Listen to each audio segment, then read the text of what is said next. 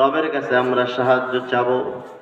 বলে বন্ধু কি বলে সাহায্য চাবে, কি বলে তোমরা সাহায্য চাবে বলো?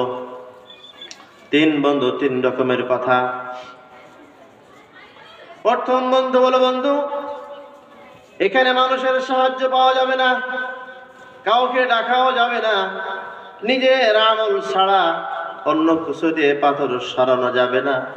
বিশাল পাথর আমরা তিনজন মিলে সরালেও সরবে না। আল্লাহ তাআলা যদি সাহায্য না করে তাহলে আমাদের নিশ্চিত মওত এখানেই হয়ে যাবে। প্রথম বন্ধু দোয়া করল, রব্বুল আলামিন দুনিয়ার মধ্যে আমার এক পিতামাতা ছিল, পিতামাতার বড় খেদমত করেছি, সারাদিন ইনকাম উপার্জন করে, আমার গাভী ছিল, বকরি ছিল, দুধ দহন করে পিতামাতার না খাওয়া পর্যন্ত ছেলে মেয়ে সন্তানকে খাওয়াই নাই।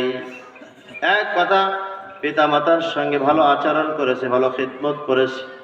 ও রব্বুল আলামিন, আমার এই পিতামাতার খেদমত শুধুমাত্র আপনার জন্য হয়েছিল, অন্য কোন মানুষ দেখানোর জন্য আমি করি নাই। এই আমল যদি আপনার কাছে গ্রহণ হয়, এই আমলটা যদি আপনার কাছে, আমার আমলটা যদি কবুল হয়, আপনি আমাদের এই পাহাড়ের এই গুহা থেকে বের হওয়ার মতো রাস্তা করে দেন। দোয়া করার সাথে সাথে দোয়া কবুল হয়ে গেল, পাথর সামান্য পরিমাণ সরে গেল, কিন্তু বের হওয়া যায় না। অনেক লম্বা কথা। দ্বিতীয় জন আবার দোয়া করলেন, রব্বুল আলামিন আমার একটা আপন চাচাতো বোন ছিল, বড় সুন্দরী, দুনিয়ার মধ্যে অনেক সুন্দরী তার চেহারা, তার সঙ্গে খারাপ কাজ করার জন্য আমি নিজে উদ্যত হয়েছিলাম, খারাপ কাজ করার জন্য আমি তাকে প্রস্তাব দিয়েছিলাম। সে আমাকে বলে, ইত্তাকিল্লাহ, আল্লাহকে ভয় করো। কিন্তু আমি তোমাকে ভয় করে খারাপ কাজ থেকে ফিরে আসছিলাম।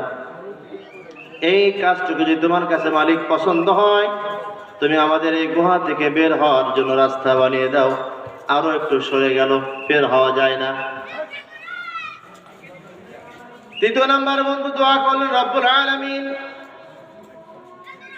আমার বাসায় অনেক শ্রমিক আসছিল, অনেক আমার বাসায় শ্রম করেছেন, সব শ্রমিক দিন শেষে তাদের মজুরি নিয়ে তারা প্রত্যেকে চলে গেল, কিন্তু একজন মানুষ যে পারিশ্রমিক না নিয়ে এমনি কাজ ছেড়ে চলে গেল।